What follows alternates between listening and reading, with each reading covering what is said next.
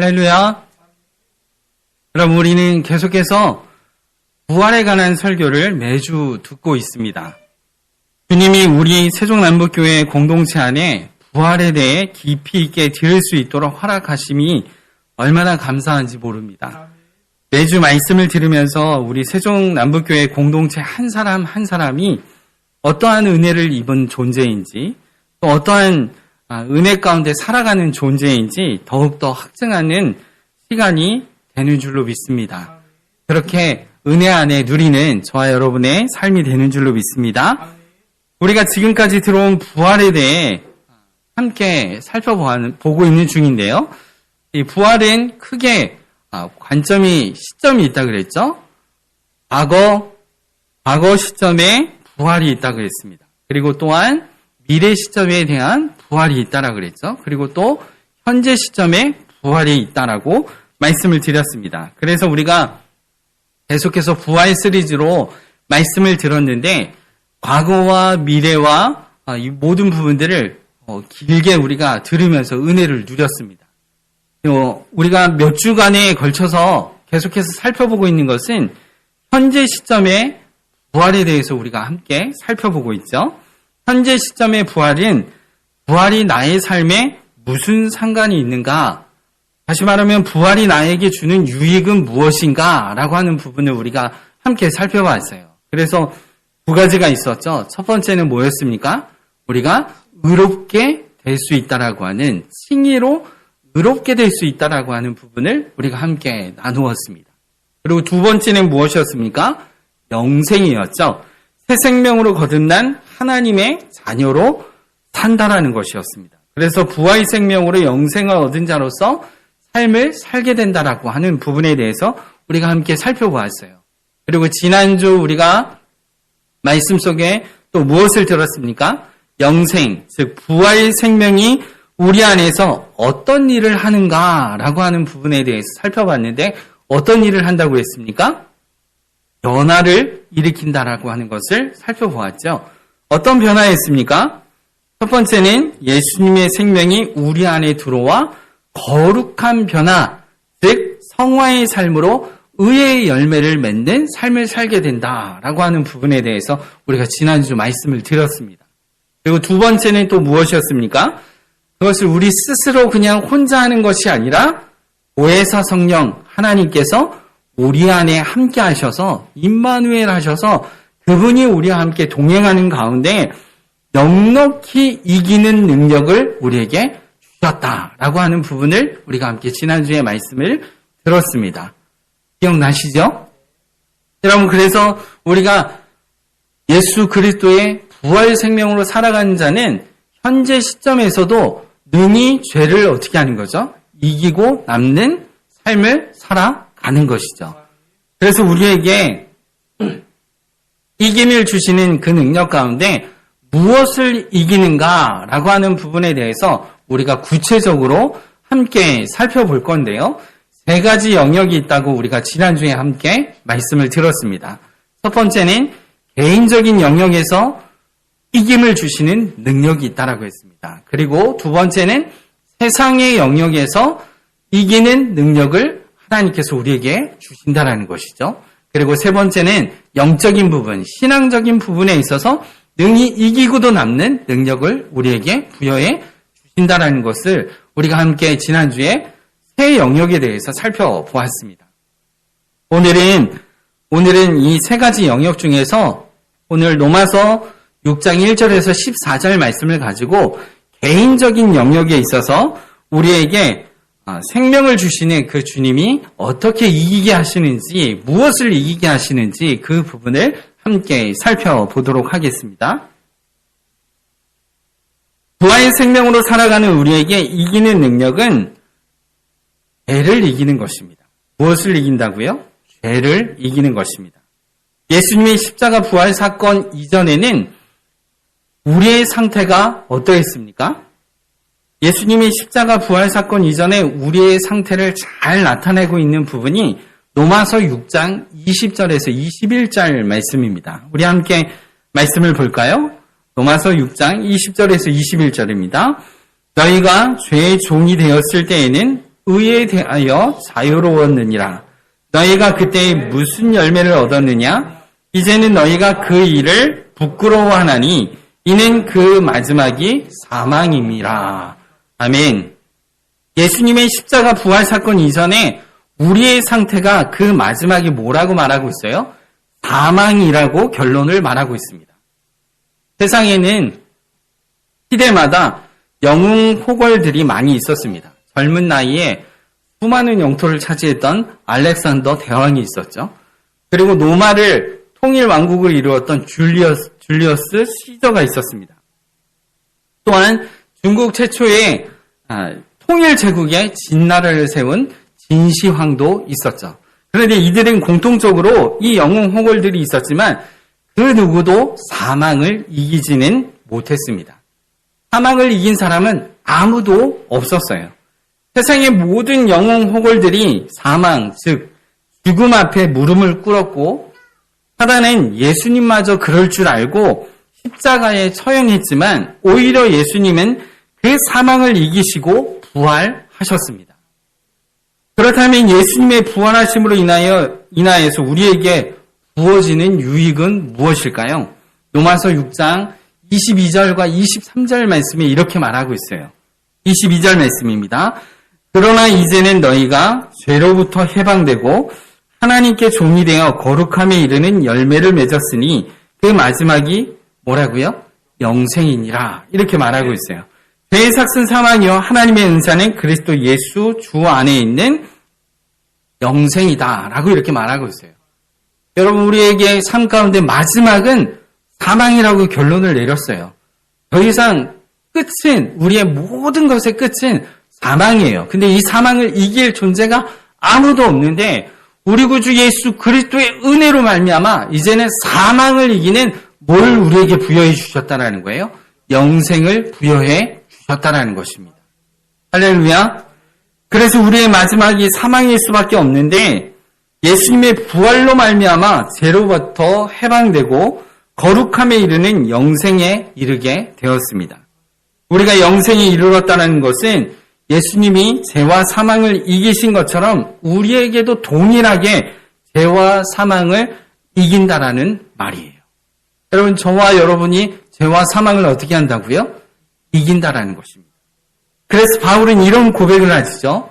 지난주 암송 말씀이었죠. 고린도전서 15장 57절 말씀. 우리 함께 암송해 볼까요? 시작. 우리 주 예수 그리스도로 말미암아 우리에게 승리를 주시는 하나님께 감사하노니. 아멘. 우리 주 예수 그리스도로 말미암아 우리에게 승리를 주시는 하나님께 감사하다. 여기서 우리 주라는 말은 죄와 사망을 이기고 부활하신 예수 그리스도를 말씀하고 있습니다. 그러니까 다시 말하면 부활을 예고하시던, 즉 부활하시기 이전에 주님이 아니라 죄와 사망을 어떻게 한 거예요? 완전하게 깨트리고 이기시고 부활하신 현재의 주님이시라는 거예요. 그냥 앞으로 진행되어질 그런 것이 아니라 이미 죄와 사망을 이기시고 부활하신 예수 그리스도, 그를 우리 주라고 이렇게 표현하고 있습니다. 그 우리 주께서 어떻게 하셨다는 거예요? 죄와 사망을 이기고 현재 부활하신 예수 그리스도로 말미암아 우리에게 뭘 준다라고 말하고 있어요? 승리를 준다라고 말씀하고 있습니다. 그래서 뒷부분에 승리를 주시는 하나님께 감사하다. 이것은 죄와 사망을 이기신 현재 부활의 주님과 같이 현재 우리에게도 동일하게 어떻다라는 거죠? 죄와 사망을 이긴다라는 거예요. 그러므로 우리가 예수님이 재림하실 때 비로소 이기는 것이 아니라 현재 우리가 살아가는 이 땅에서도 능히 죄를 이기는 능력이 우리에게 있다라는 것입니다. 할렐루야. 지금 우리의 현실에서도 우리는 사망의 세력, 죄의 세력을 이길 수 있다라는 것이. 그냥 예수님이 나중에 오실 때 그때 이기는 거지 그게 아니라는 겁니다. 이미 죄와 사망을 이기신 그 주님이 우리와 함께 임마누엘 하셔서 함께 하시기 때문에 우리도 지금 현재 죄와 사망을 능히 이길 수 있는 능력을 우리에게 부여해 주셨다는 것입니다. 그러므로 더는 우리가 옛사람과 같이 죄를 추구하거나 죄 가운데 살 수 있는 존재가 아니라는 것이에요. 그래서 로마서 오늘 본문 말씀인 로마서 6장 1절에서 2절 말씀에 이렇게 말씀하고 있습니다. 우리 함께 읽어볼까요? 시작. 그런즉 우리가 무슨 말을 하리요? 은혜를 더하게 하려고 죄에 거하겠느냐? 그럴 수 없느니라. 죄에 대하여 죽은 우리가 어찌 그 가운데 더 살리요? 주님 다시 오시는 재림의 때까지 우리가 완전하게 죄를 안 짓고 살 수는 없습니다. 완전 성화가 이루어지지는 않는다라는 거예요. 여러분, 완전 성화가 이루어진다라고 말하는 이단도 있어요. 완전성 구원파죠, 구원파. 구원파는 완전 성화가 이루어졌대요. 여러분, 그러나 우리는 완전 성화가 이루어지지 않습니다. 주님 오시는 그때 완전한 성화가 이루어지는 거예요. 그리고 죄를 짓게 되죠. 하지만 죄를 짓지만 죄를 넉넉히 이길 수 있는 능력이 우리에게 있기에 더는 죄 가운데 우리가 살 수 없다라는 거예요. 여러분, 우리가 죄 가운데 나는 죄를 어떻게 한다고요? 아까 우리 주일학교 아이들한테도 얘기했지만 죄를 뭐 한다고요? 이길 수 있다고요. 그렇기 때문에 더 이상 우리가 죄 가운데 살 수가 없다라고 하는 결론이 우리에게 있는 것입니다. 할렐루야. 그래서 우리는 죄와 상관없는 삶을 살려고 우리의 의지를 들여서 하나님과 함께 동행하는 삶을 살아가는 거예요. 완전 성화는 이루어지지 않지만 분명한 것은 예수님을 닮아가는 죄를 짓지 아니하고 죄를 이기는 성화의 가정을 삶을 우리는 살 수 있다라는 거예요. 주님이 우리와 함께 하시면서 그 능력을 이기는 능력을 우리에게 부여해 주셨다라는 것입니다. 그래서 우리가 죄를 넉넉히 이길 수 있기 때문에 주님과 함께 동행하는 삶을 사는데요. 죄를 넉넉히 이길 수 있는 근거가 무엇이냐? 오늘 본문 말씀 3절과 5절 말씀에 이렇게 말씀하고 있습니다. 3절에서 5절 말씀을 한번 보겠습니다. 무릇 그리스도 예수와 합하여 세례를 받은 우리는 그의 죽으심과 합하여 세례를 받은 줄을 알지 못하느냐? 그러므로 우리가 그의 죽으심과 합하여 세례를 받음으로 그와 함께 장사되었으니 이는 아버지의 영광으로 말미암아 그리스도를 죽은 자 가운데서 살리심과 같이 우리로 또한 새 생명 가운데서 행하게 하려 함이라.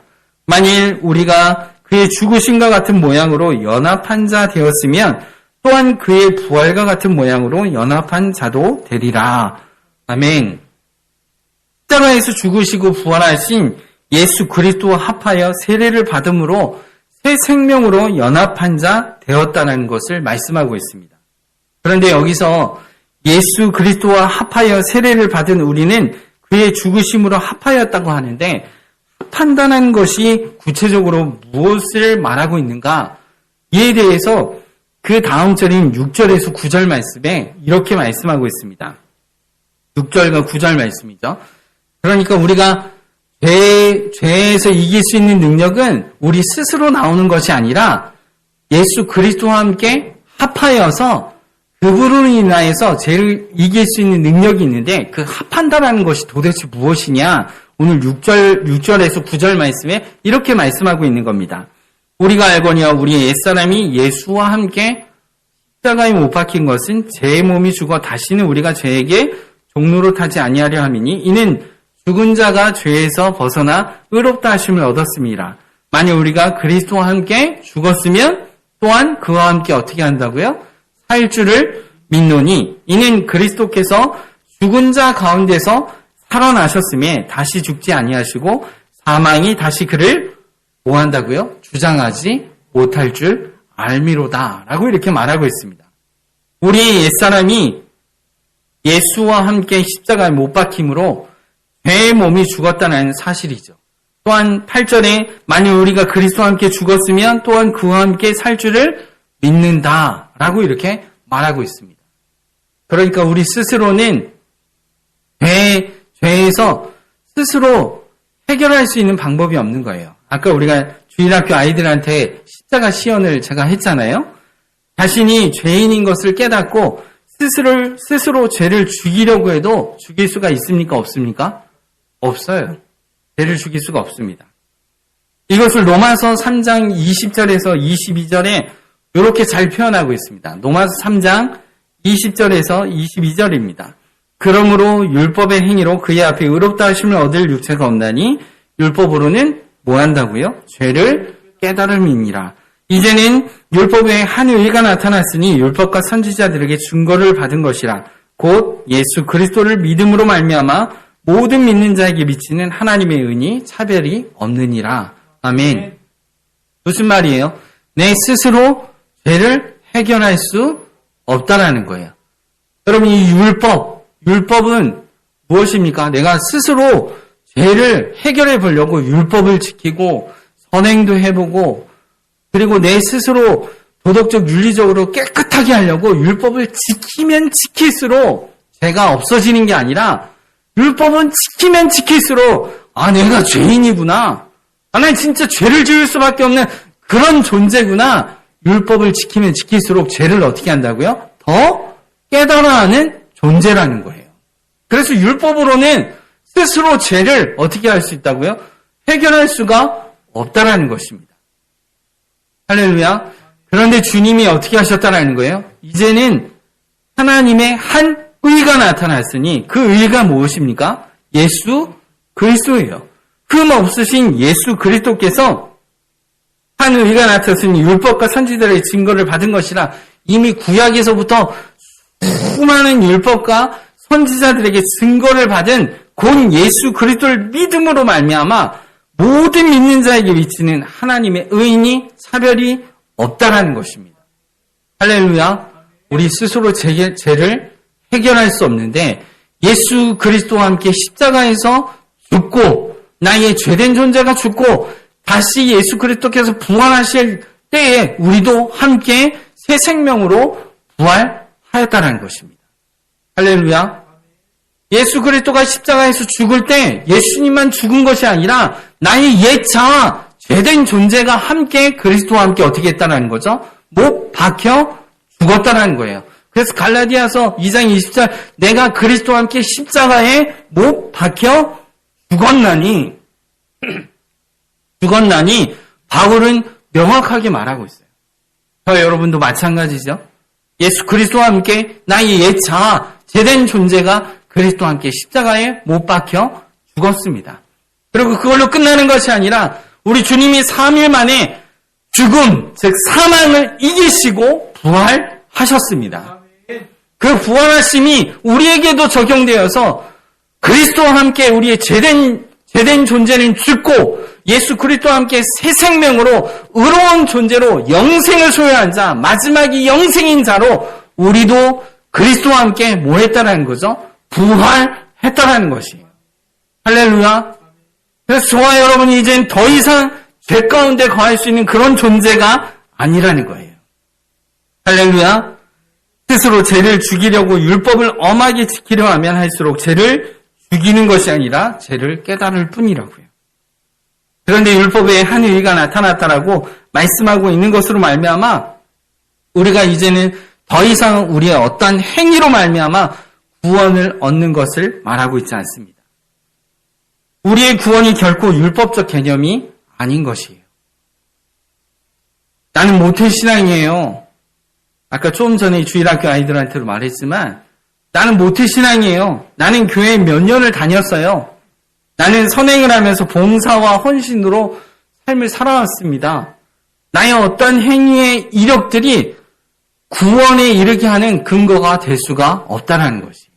오직 구원에 이르는 것은 예수 그리스도의 십자가 외에는 없다라는 사실입니다.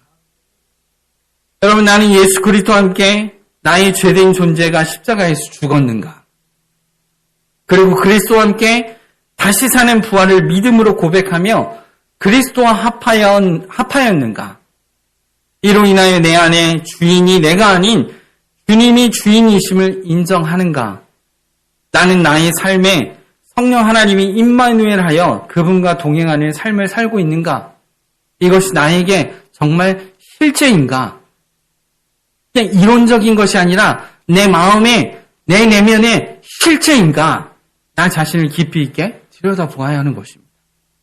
여러분, 그냥 교회에 한 주 보내다가 교회에 나와서 예배 드리고 그렇게 함으로 우리의 구원이 이루어지는 것이 아니라는 거예요. 그리스도와 함께 합하였는가? 그것이 그리스도와 함께 죽고 그리스도와 함께 다시 사는 부활이 그것이 나에게 정말 실제인가? 라고 하는 부분이에요. 우리가 예수님을 믿는다는 것은 죄에 대해 죽었다는 사실입니다. 그러므로 우리의 삶의 죄를 이기는 능력을 주셨다는 것이에요. 로마서 6장 10절 말씀을 볼까요? 10절 말씀이 이렇게 말하고 있어요. 그가 죽으심은 죄에 대하여 어떻게 해요? 단번에 죽으심이요. 그가 살아계심은 하나님께 대하여 살아계심이니 라고 이렇게 말하고 있어요. 여러분, 그리스도와 함께 우리가 합하여서 십자가에서 죽을 때 단번에 우리의 죄된 모든 것들이 죽음으로 처리되었습니다. 그리고 그가 살아계심은 부활하심으로 말미암아 우리 동일하게 그리스도와 함께 살아나는 부활의 능력을 우리에게 부여해 주신 것이죠. 그래서 예수님의 죽으심은 죄를 단번에 죽이시는 것이고 죄의 세력 최종 아지트가 사망이었습니다. 사람이 죽는다는 건 사망이 우리를 지배하는 것을 보면 죄가 우리를 지배하는 것입니다. 결국 사망이 죄의 본부라는 것이죠. 그런데 우리 주님이 사망을 이기시고 부활하심으로 사망으로부터 파생된 수많은 죄가 말할 것도 없이 전멸당했다는 것이에요.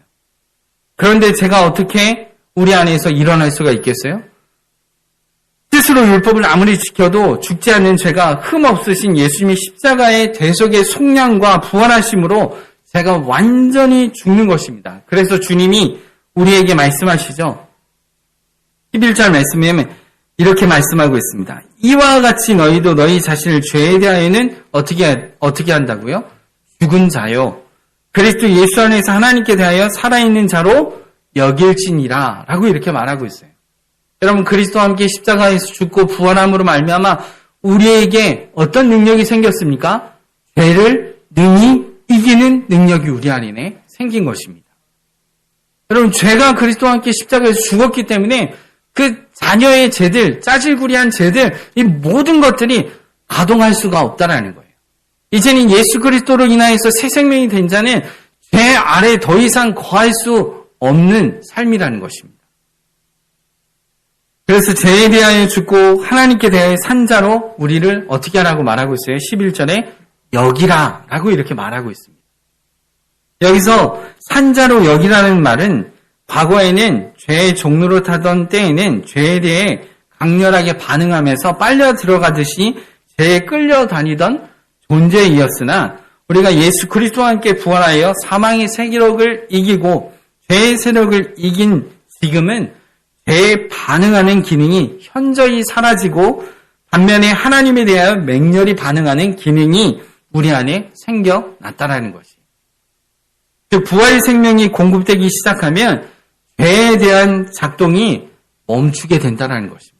더 이상 죄가 우리를 속량하거나 죄가 우리를 지배하지 못한다는 것입니다.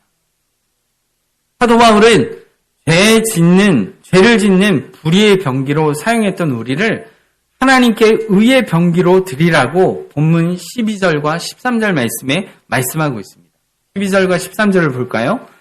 그러므로 너희는 죄가 너희 죽을 몸을 지배하지 못하게 하여 몸의 사욕에 순종하지 말고 또한 너희 지체를 불의의 무기로 죄에게 내어주지 말고 오직 너희 자신을 죽은 자 가운데서 다시 살아난 자같이 하나님께 드리며 너희 지체를 의의 무기로 하나님께 뭐하라 그래요? 드리라 라고 이렇게 말하고 있습니다. 그럼 우리 이미 결론이 난 자들입니다. 그리스도와 함께 죽고 그리스도와 함께 부활한 자로서 이제는 더 이상 우리가 우리 안에 죄가 거하지 않고 그 죄를 능히 이길 수 있는 능력이 우리 안에 있다라는 사실이에요. 그래서 우리를 의의 병기로 이제는 죄의 병기가 아닌 의의 병기로 하나님 앞에 뭐 하라는 거죠? 드리라는 것입니다. 할렐루야. 어디에서요? 지금 현재 우리가 살아가는 삶 가운데에서 의의 병기로 드리라는 거예요.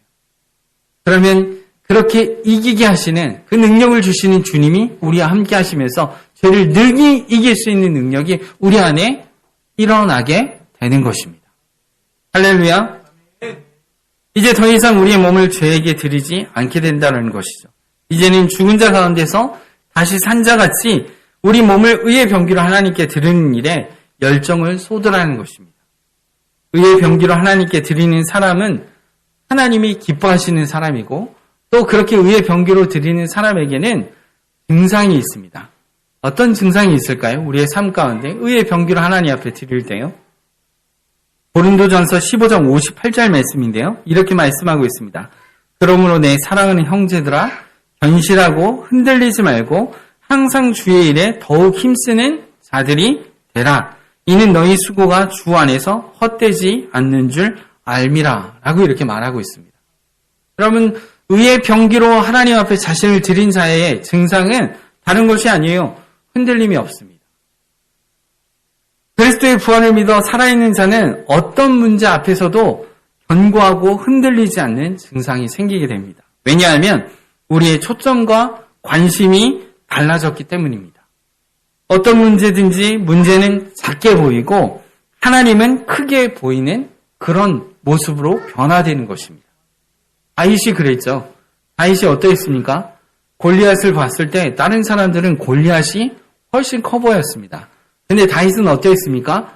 골리앗은 작게 보이고 능력이 있으신 하나님이 어떻게 한 거죠? 커 보이셨습니다. 여러분, 우리 안에 의의 병기로 살아가는 사람들은 동일합니다. 하나님이 모든 것을 주관하시고 통치하시는 만왕의 하나님이 우리와 함께 하시고 죄를 이길 수 있는 능력을 우리에게 부여해 주시는 그 하나님이 나와 함께 하신다라는 그 사실이 그 범위가 훨씬 더 크기 때문에 세상의 그 어떤 문제들이 우리에게 다가온다고 할지라도 전혀 거기에 흔들리지 않고 좌로우로 치우치지도 않고 견고하게 든든하게 세워서 그 주님을 바라보는 의의 병기로 삶을 살아가게 된다는 것이. 할렐루야. 주님이 이 일을 우리에게 행하셨습니다. 그래서 우리는 그 주님 앞에 우리 의지를 들여서 그분 앞에 주님 의의 병기로 죄의 병기로 살던 우리를 이제는 주님 나는 의의 병기로 살기를 원합니다. 주님 드리기를 여깁니다. 이미 나는 죄에서 죽음을 내 죄된 몸은 이미 십자가에서 죽었다라는 것을 여겼고 그것을 의의 병기로 하나님 앞에 드리기를 소망합니다. 라고 우리의 믿음의 고백이 우리의 삶 가운데 일어나야 될 줄로 믿습니다. 여러분, 드린다는 것은 단순히 그냥 찔끔찔끔 조금 드린다는 개념이 아니에요.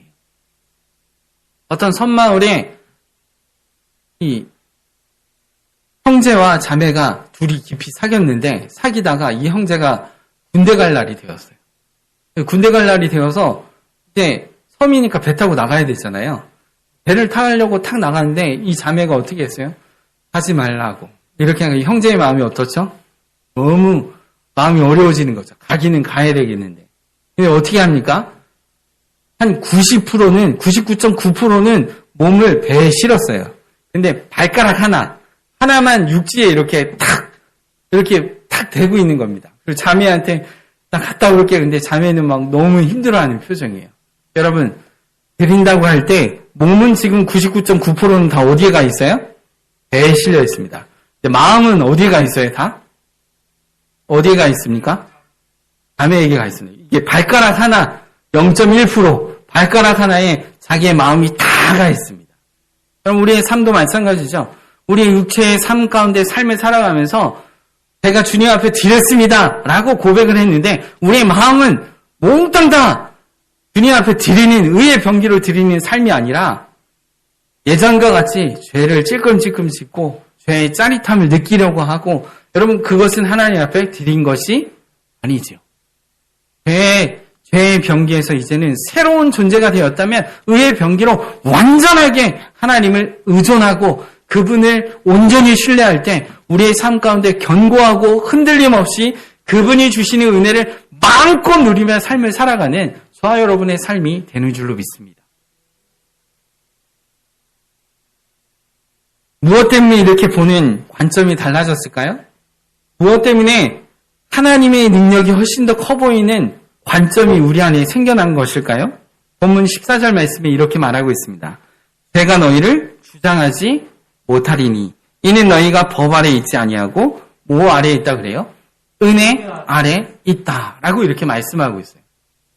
여러분, 세상에 있는 수많은 두려움을 주는 거, 염려를 주는 거, 이거보다도 하나님이 우리와 함께 하시는 그 능력이 크다라는 것을, 그 관점을 흔들림 없이 견고하게 가지고 있는 이 관점은 어디에서부터냐?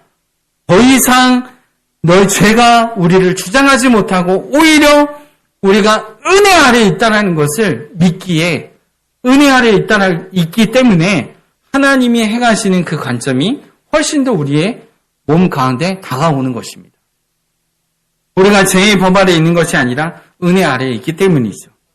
부활의 생명을 공부받기 전에는 하나님에 대해 별 흥미도 없고 습관적으로 교회에 나가고 친구 만나는 재미나 친목이나 도모하는 재미로 주일에 한 번씩 교회에 나갔다면 이제는 거듭나서 부활의 생명으로 공급받아 은혜를 마음껏 누리기 때문에 은혜를 누리면 누릴수록 죄 아래에 있는 것이 얼마나 추하고 더러운지 알기 때문에 그래서 더는 죄를 추구하지도 않으며 능히 죄를 이기는 능력 안에서 참된 행복을 누리는 것입니다. 할렐루야. 또 여러분이 죄를 능히 이기고도 남는 그 은혜 아래 거하는 귀한 삶의 모습이 되어지기를 소망합니다. 이제는 그리스도의 십자가 부활로 말미암아 우리의 생각과 보는 관점이 달라졌기 때문에 세상의 온갖 종류의 죄들이 더 이상 나를 흥분시키거나 짜릿하게 느끼지 못하는 것입니다.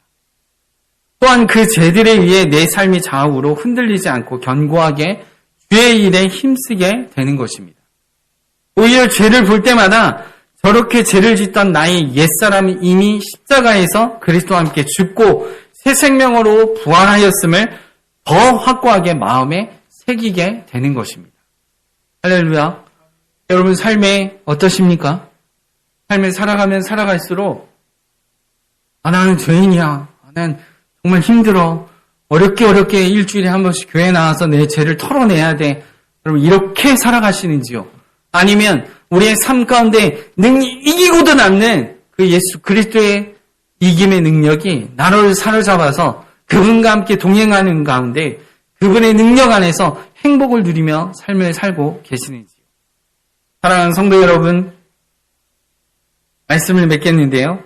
우리의 삶에 죄가 더 이상 우리를 주장하지 못합니다. 그리스도와 함께 십자가에 죽고 그리스도와 함께 다시 산 부활 생명은 더 이상 죄가 우리를 주장하지 못한다는 것입니다.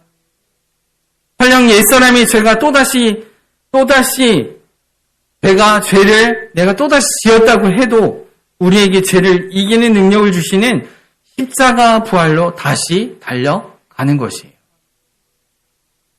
살다 보니까 죄를 지었어요. 하나 이제 끝장났구나. 아니에요. 오히려 사단은 그럴 때 아이고 너 하는 거 보니까 내가 그럴 줄 알았다 그러면서 비아냥거리고 조롱합니다. 여러분 근데 명심해야 될 것은 그때에도 우리에게 넉넉히 이기는 능력을 주시는 그 십자가 부활의 주님께로 달려가는 거예요. 회개하며 달려가는 겁니다. 하나님 나는 나로서는 죄에 대해서 내 스스로 해결할 수 있는 존재가 아닙니다. 하나님 나 이런 존재인데 주님이 나를 사랑하사 그 아들 예수 그리스도를 죽기까지 사랑하신 그 하나님이 나에게 새 생명을 주셨고 의의 생명을 주셨고 그 의로 말미암아 나는 죄를 능히 이기고도 남을 수 있는 존재로 하나님 나를 택하시고 내 안에 함께 하시는 그 성령 하나님이 오늘도 나와 동행하시기에 하나님 내 육신이 연약하게 죄를 지었을지라도 내 주님 앞에 달려갑니다. 내 주님 앞에 내 모든 것을 다시 한번 회개하며 주님 앞에 달려갑니다. 우리 주님 나를 긍휼히 여겨주시사 의의 병기로 삶을 살아갈 수 있도록 하나님 내게 은혜를 내려주십시오. 여러분 이렇게 고백할 때 주님이 너 나하고 상관없다 이러시지 않으십니다. 주님 우리에게 다시 이길 수 있는 죄를 이길 수 있는 능력을 주시고 우리 안에 주님과 함께 행복한 삶을 살 수 있도록 우리에게 부여해 주시는 줄로 믿습니다. 사랑하는 성도 여러분, 저와 여러분의 삶을 하나님의 의의 병기로 날마다 드리며 은혜를 마음껏 누리는 삶이 되기를 예수 그리스도의 이름으로 축원합니다. 기도하시겠습니다.